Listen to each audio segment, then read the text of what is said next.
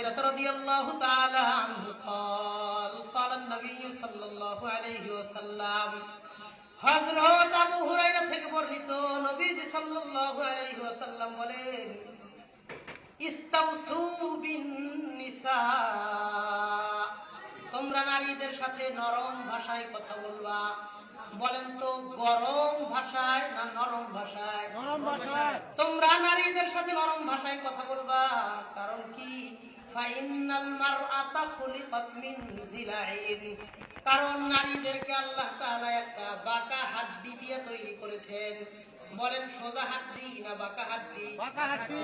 নবীজি বুখারী শরীফের হাদিসের মধ্যে বলেন নারীদেরকে আল্লাহ একটা বাঁকা হাড্ডি থেকে তৈরি করেছেন।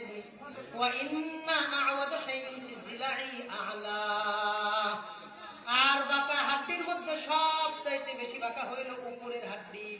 দুই পাজরের সবগুলো হাড্ডি বাঁকা, তার মধ্যে উপরের হাড্ডিটা একটু বেশি বাঁকা।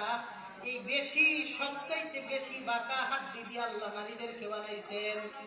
নবীজি বলেন ফাইন যাহাবতা তুতিমুহু কাসারতাহু ওয়া ইন তারাকতাহু লাম ইয়াজাল আওয়াজা, তুমি যদি শক্ত হাড্ডিটারে কাইরা সোজা করতে যাও হাড্ডিটা ভেঙে যাবে, আর যদি হাড্ডিটারে ছেড়ে দাও ওই হাড্ডিটা আরো বেশি বাঁকা হইতে থাকবে।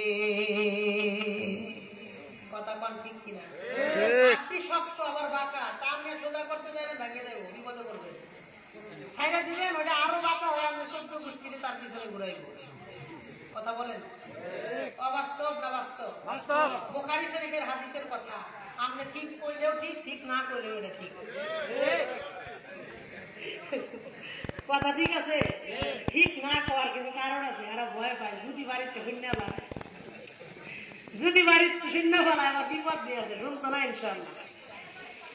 এই হাদিসে নবীজি বললেন নারীদের সাথে নরম ভাষায় কথা বইলো, গরম কথা কইও না। তাদেরকে আল্লাহ বানাইছে একটা বাঁকা হাড্ডি থেকে, চাইলে সোজা করতে যাও না ভেঙে যাইবো। আবার